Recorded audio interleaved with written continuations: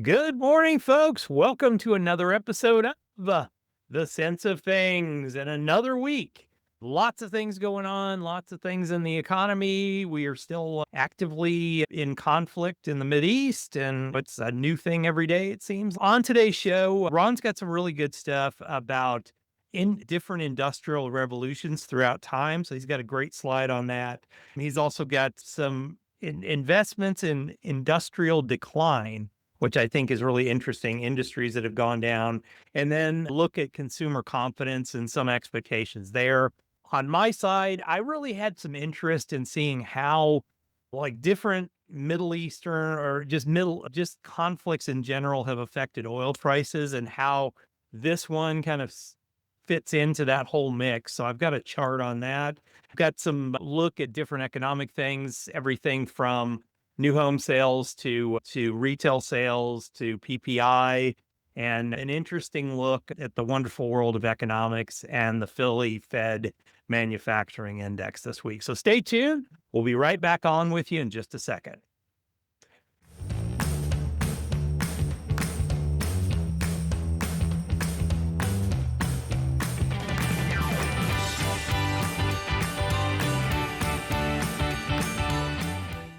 Hey, everybody. Welcome to the show. Ron, how are you, my friend? Good morning. Doing well. Strait of Hormuz is closed. I actually found yesterday there's a couple of good websites that give pretty darn close to real-time movement of Mm. ships in the port. I thought it was pretty interesting. I can't believe this is the chokehold for the world. But apparently it has been for decades. We've all known that. But how we haven't done something about it? How come they haven't built like a Panama Canal through Saudi Arabia? They have the Yeah. money. They Yeah. have the money. God Build the knows. Panama Canal. You Yeah, suddenly just completely right through the center, underground just completely, yeah, facility. just completely, yeah, because it is a massive chokehold. The thing that was interesting is the talk now in especially Saudi Arabia and some of the other countries is just running pipelines out to the Red Sea and stuff like that, and Blow those just up too. yeah. But at least if you run them someplace where they can't, yes, they can blow them up and get to them. But I think within an within a few more weeks, they're only down to, I think, down to like 150 missile launchers at this point. A I don't few believe more any of weeks. those numbers. Yeah, I think I'm just saying they wouldn't announce the real numbers, whatever they may. no, I think it's our estimates of what's there at this point. There was like 480 is what the last I heard was at the top of it.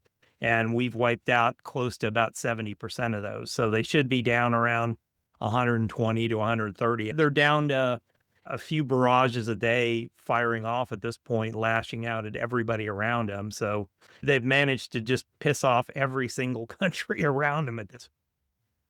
Interesting. So it'll be interesting. It'll be interesting to see what they do with the Marines that are on their way there, if they're going to take over Carg Island and some of those places to see if they can get some control of the oil facility. Yeah, I don't know, but I think there's enough other shit going on in the world. We've got plenty to talk about. Always. What's happened this week in history? Fairly lighter week, although there are some interesting things. 1905, Franklin Roosevelt marries Eleanor Roosevelt. And by the Interesting. way, it's His his second cousin. So I always had a joke because I'm a trivia guy going up to say, hey, what was Eleanor Roosevelt's maiden name? Roosevelt. Yeah. Second cousin. I'm surprised she didn't hyphenate though.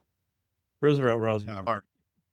1933, Studebaker goes bankrupt. Through the Depression is when it really weeded out all those really good, unfortunately, car manufacturers that Mhm. weren't in mass production like Ford. But Yeah, a lot of these really good car manufacturers went under in the 30s and 40s because they didn't have the assembly line and the mass production. yeah. I don't even know when like Duesenberg went out of business and stuff like that. And Tucker never Tucker, got started. that was late 40s, early. Yeah, I think it was late It was 40s. during the war and coming out. It was coming out of the Yeah, war, late yeah. 40s, early 50s. Possibly Yeah. one of the best cars of its generation built, and it was more of Some of a the best ideas. yeah, some of the best ideas. The first car with seat belts and the lights that just now are actually being used in other cars, which is Yeah. funny. I had that on my car, an SUV. And it Yeah. freaked me out the first time that I drove at night and I went to make a turn. I'm like, oh my God, are my lights broken? And Yeah. then all of a sudden, as I straightened out, the lights straightened out. I'm like, all right, Oh, that's pretty cool. I had no idea. Right. 1933, President Roosevelt legalizes sale of beer and wine, repealing essentially prohibition, which yeah. was basically the thing that got him elected. Because Hoover, in addition to just a horrific economy, obviously, would Mhm. never commit to that. And then 1932 is when the market hit the bottom. Yeah. And they basically knew that Roosevelt, there was going to be a change of presidency, and beer and wine were going to be sold again. The market hit bottom, and then it went up until 37. We had another recession, near a depression. And then, of Mhm. course, World War II pulled us out of it. Yeah. 1942, a dark point in our history. It was called, I didn't know this, the War Relocation Authority is established. Essentially, Mhm. that was the Japanese internment camps. I didn't Yeah. realize, I thought we always refer to it as Japanese internment. I never knew that they actually had a department set up as Relocation Authority. And it Yeah. was And literally, anybody that had Japanese descent was Mhm. rounded up. Yeah. Yeah, I think it was 300,000 people. It was basically everybody of Japanese descent on the West Coast of the United States, largely in California. But yeah, it was just horrid. Great book that I just read for those of you that want to learn a little bit about this time in history.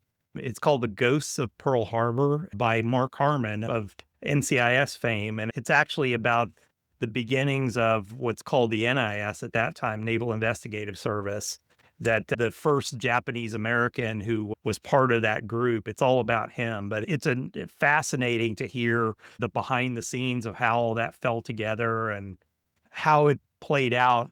It was interesting that in the West Coast of the United States, everybody was rounded up. It wasn't that way in Hawaii, which there were a lot more percentage wise of Japanese. And that the reason that they didn't take them to the internment camps is they felt that it would just literally destroy the economy of Hawaii at the Well, if you time. think about it, following 9/11, this would have Mm. been equivalent of rounding up all Muslims and Islamics in Yeah, the United States.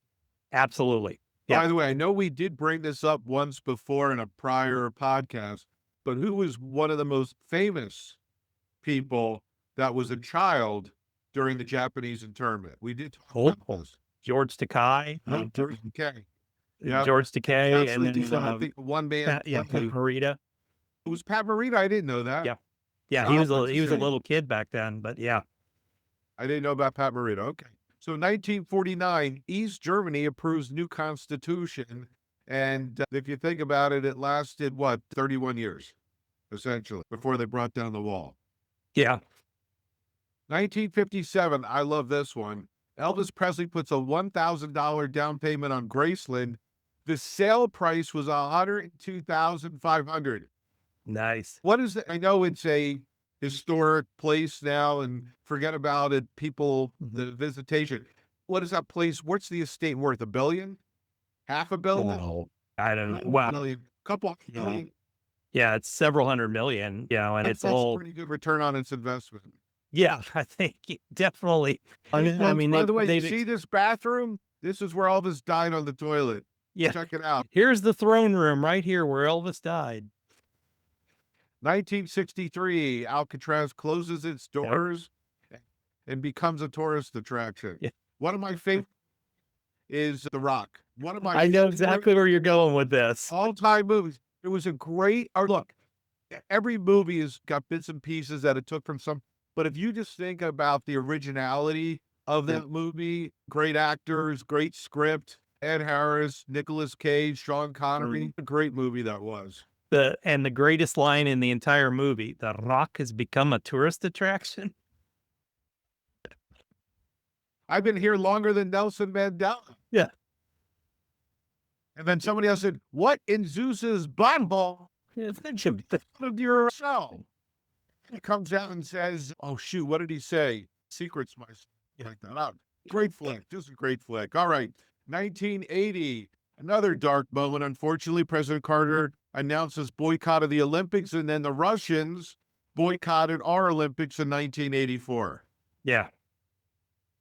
2008, I And not that I forgot about this, but I forgot.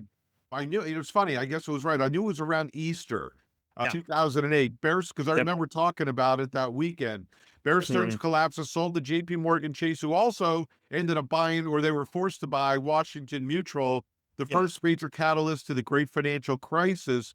The interesting thing about this is that I wonder if Bear Stearns was bailed out, what would have happened? Because this was March, everything collapsed 6 months later. Mm. But I think AIG and Lehman were in much worse shape than Bear Oh, Stearns. yeah. And Hands I down. think they were Yeah. doubling down over the next 6 months. There's still a lot of shady stuff that we'll never know about. Yeah. And some of that stuff, like in August, when there was those meetings, literally, okay, who's gonna take what at this point? It was just That was September 15th. yeah, September. Yeah. Yeah. Okay, Yeah. getting into some fun information. We've talked about this before. Oh, AI is going to kill jobs and this and that. Guess what? They'll learn something else. They'll learn Mm. AI. They'll move Yep. on to something else. Our AI is already killing programming jobs. Oh, so they're Mhm. going to learn something else. They have skills that are transferable. So I thought Mhm. this was fun and interesting because the Industrial Revolution in the 1800s gave boost and burst to a lot of things. The Yeah. rails. So we always talk about how the rails dominated the stock market. The next slide will show you how rails still prevailed. But back Mhm. then, look at the chunk of the economy that the rails had. Because Yeah. think about it, they had to do the infrastructure. They had Mhm. to build not just the Yeah. locomotives, but the cars. They had to build the infrastructure of the stations, everything that was being a part of And you and and you a think lot of these about it. other Yeah. industries fed, and a lot of these other industries needed the rails to sell their goods. Yeah. But you think of it too, there was no other transportation at that time, the mass transportation at that time. There was no airplanes that could carry anything. There was no trucks that No could cars. carry anything. Yep. The rails were the only game in town for a long time and ships, but interior to, let's say, our country, there was no other means of transportation besides a horse cart to get across the country. Of course, they were massively dominant. And fast forward 30 years in the future from there, the rails were literally going bankrupt left and right because we now had airplanes, we had trucks, we had other alternatives to just the rails. Yeah, I saw a chart a couple of years ago. Train passenger volume peaked in the early mid 1950s and has Yeah. steadily gone down ever since because Yeah. the move out to the suburbs, obviously Mhm. roads, cars, and trucks, as we had just mentioned. But the interesting thing is you'll see on the next slide, just fast forwarding, started in 1900. So let's fast forward 126 years later. Technology is dominating everything. Yep. Industrial still there, obviously healthcare. Think about back then, they were drinking brown water. They weren't hydrating throughout the day. That's No. why by the time they were 40, their face looked like a road map. Just crazy. But then let's fast forward to this.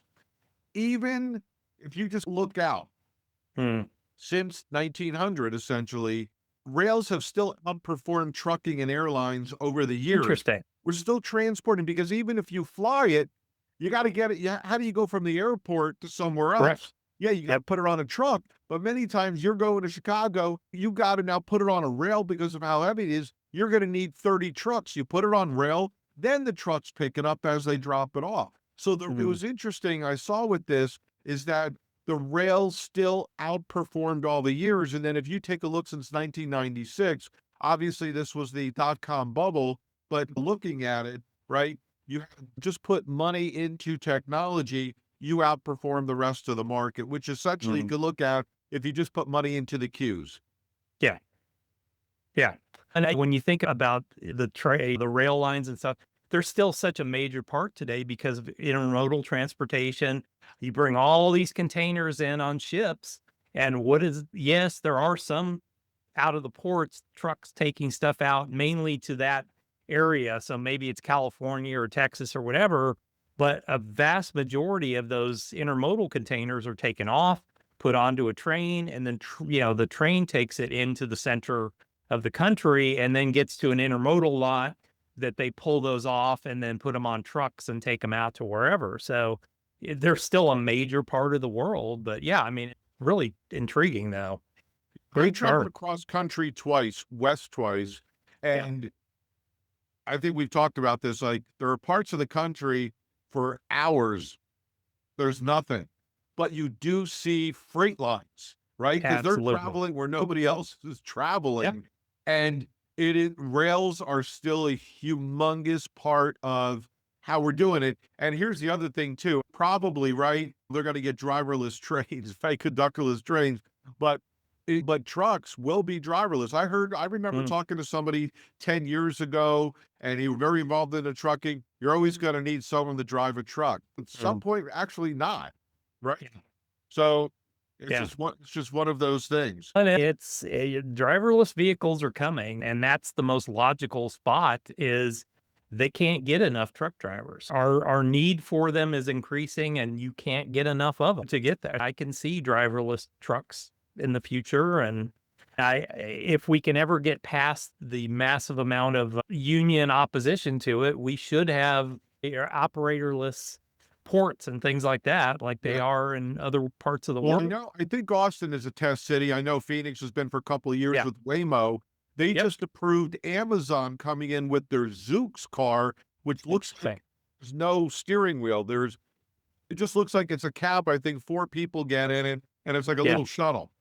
Yeah. So they're looking to do that. It's So the we'll have to see reality. what. Waymo's all around. It was funny because I was downtown because they're not up in the area where I live, but downtown, I just happened to be downtown on an appointment and I pulled up to a stop sign. The next thing I saw something come up next to me and how you can just tell when something's moving in your peripheral vision. I looked over and it is the Waymo and they've got those the lidars that are running on the sides of them, and so that's when I caught out of the corner of my eye. So it's the first one I had ever seen in person. I've seen them on the news every night, just about. But yeah, people are using them everywhere here, so it's intriguing to me to see it. That's the future.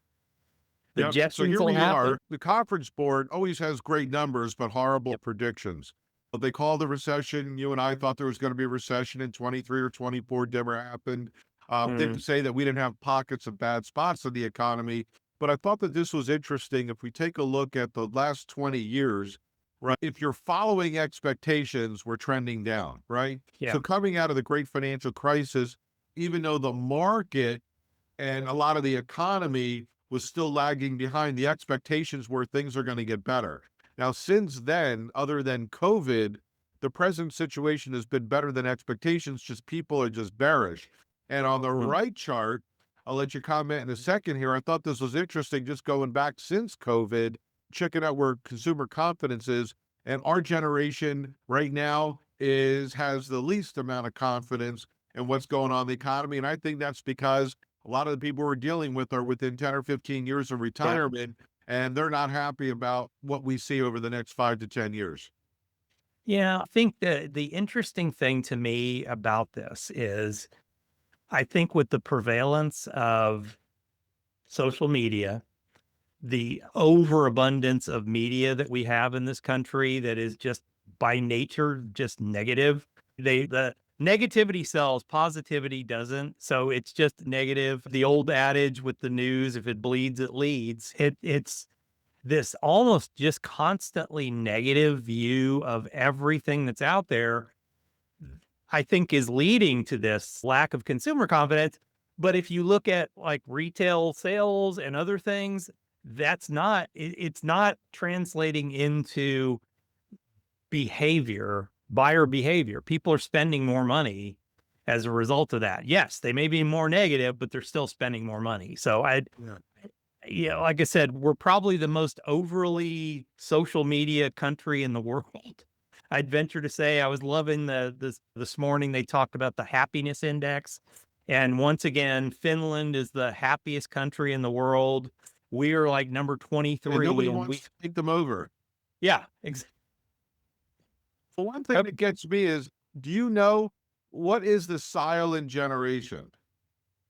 Is that silent like generation was the so silent generation is the ones that are right before the baby boomers. So they're that ones that pre grew up. 1946? Yeah, yeah. So they were not they're right after the ones who fought World War II, the greatest generation. So they're a really small generation in there in between the greatest generation of the baby boomers. Okay. What do you Yeah, got? they're sometimes called shadow boomers too. Shadow boomers. Okay, I haven't heard that Yeah. one. Yeah. So that's, I've got a little chart on my wall that shows these different generations. But yeah, and they call them the silent generation because they're the ones that just put their nose to the grindstone and worked. And they're very much like the or the greatest generation of just be patriotic, work, do your stuff, and don't say anything. Yeah. All right, let me quickly crank into mine here and I'll share some of the economic data that we have for this week. First off, once again, the government shutdown that keeps on giving. We're still PPI information from February at this point, so we're at least catching up. And I think this is the final PPI report from the government shutdown era. So we got two of them this month. So this should be the last one, unless we have some other kind of idiotic government shutdown that affects this. So this kind of spooked the market earlier this week. PPI was expected to be down to 0.3%. It was 0.5 prior, came in at 0.7. Everybody got spooked. But then the reality is, I started looking at it and I'm like, okay, everybody says that it's X food and energy. That's the important part. And X food and energy, it was only up 0.5. It was within the consensus range and it was less than the prior month. So you take out the volatile stuff, if that's what the Fed wants to work with. We are a little bit higher, X food and energy year over year at 3.9%. So it's not anything that the world needs to be ending about, but we just need to be aware of it. And it's very likely that PPI will go up a little bit, especially on the energy side with the conflict that's going on. And we'll talk about that, talk about oil prices in a minute. Retail sales, once again, delayed for the government shutdown, came in a little lighter than expected, 0.2%. X vehicles and gas month over month, it was up 0.3. So vehicles have been down really, especially used vehicles have been down quite a bit, which quite frankly is not necessarily a bad thing because they were just ridiculously high prior. New home sales, this one was I don't think the news really made much of a deal of it, but this actually was not good. Prior 745, that was revised down to 712, which is pretty light to begin with. The consensus this time was 728, came in at 587. So Yeah, this was the one that dominated the headlines this morning. yeah, and this is a not good. This is what really drives our economy is the trickle down effect. If you don't build new homes, then, the cost of housing goes up. If you don't have new homes being bought, the Home Depots of the world, everybody struggles because there's so much of a trickle down effect there, not to mention realtors and everybody else. So this is a not good trend that we want to see flip around a little bit. Jobless claims this week. I just looked it up because they were talking about how mortgage rates ticked up, and I hadn't looked Yeah. at it in a little while. It's ranging between 610 and 635. Yeah. That is not good for housing. Now, it really needs to be in the fives. Even if it's Up a 6. 599, it's over 6 is a number that people they get it in their head, and even though They it's were not talking that about much of a difference. cancellations, Yeah. mortgages on the trending up again because Yeah. they think prices are coming down. Not good. Not good. And a lot of this is that fear of inflation is pressing into the 10-year treasury, which is pushing that up, and that affects mortgage rates. And once again, trickle down effect. So something that we need to really get our hands around. Jobless claims came in way less than what was expected, or not way less, but less this week. Once again, trending in a good direction. Hopefully, it's been hovering around this 213 to 215 range for a month and a half, 2 months now. So not seeing any big spike ups on the jobless side, which is good. This one I thought was hilarious because I was looking at the consensus outlook below, and this is the read from Day from all the geniuses in the economics world as Empire Manufacturing, which Empire State Manufacturing was down a little bit. Slower growth seen in the index, barely positive at 5.5 in March versus 16.3 in February. Came in at 18.1. So you guys don't know what the heck you're talking about.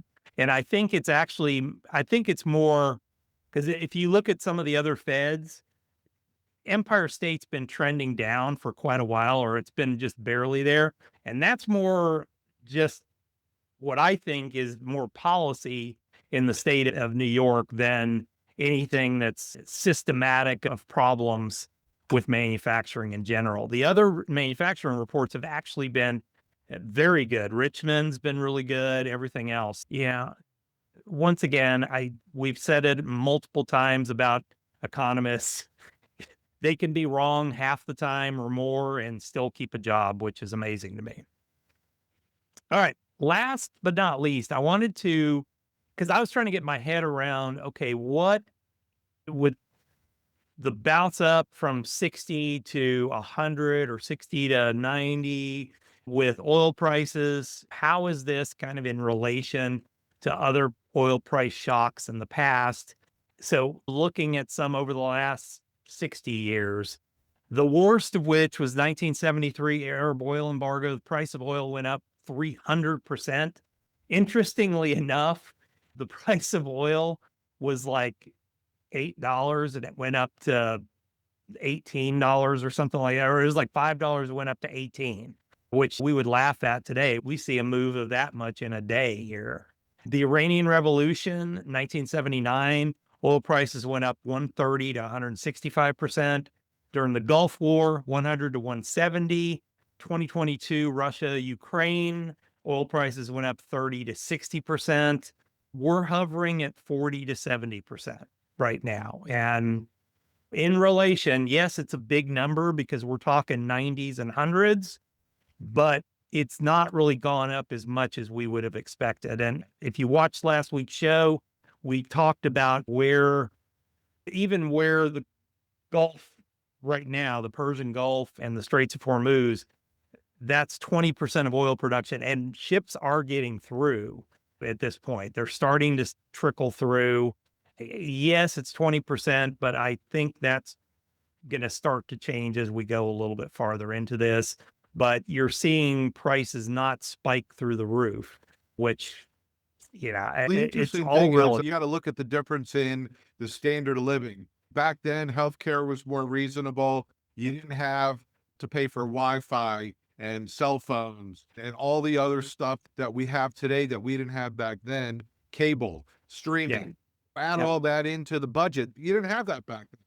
Yeah. And obviously, what was the average salary? $15,000-$20,000 a year, the Sure. average. Yeah. That's well below poverty line today. I Yeah. think You could poverty buy is a like house 30 or for 30 32,000 grand. today.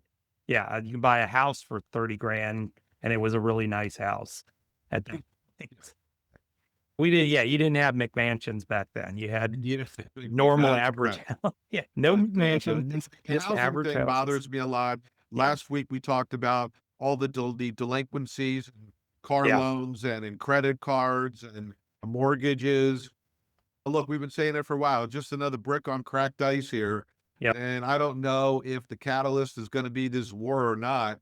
But I was looking at the debt clock, one of Hmm. my favorite sites. I looked at it for the first time in a long time last week. I think we're about to breach 38 trillion. I'll see if I can bring it Hmm. up real quick. It's just here it comes. 39 trillion. I'm sorry. Holy crap. 30 that we just breached 39 trillion, 39,008. Yeah.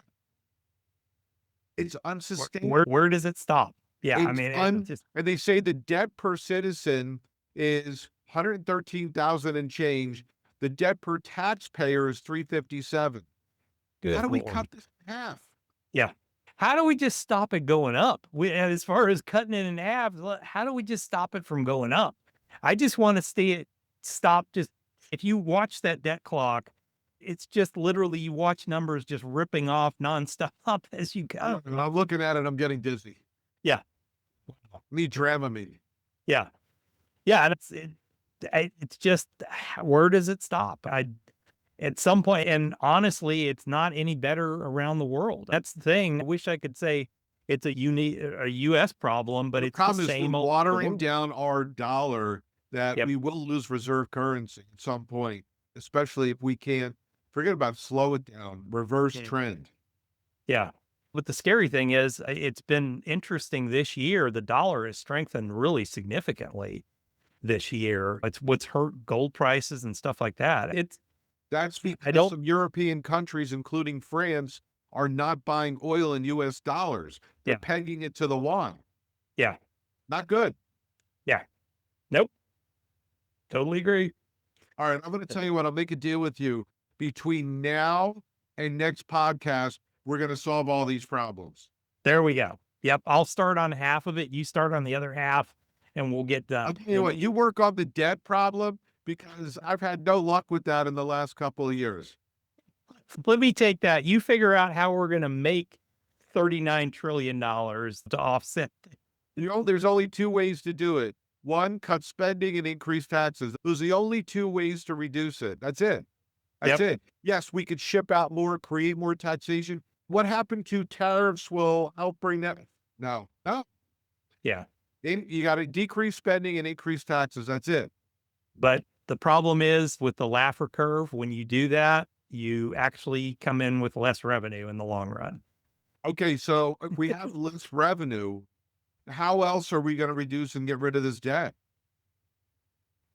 All you can Exactly. do is grow. All you can do is one, stop spending like maniacs, but two, you- you've got to balance out your taxes and build an economy based on growth. Like I Yeah. said, this 6 months ago.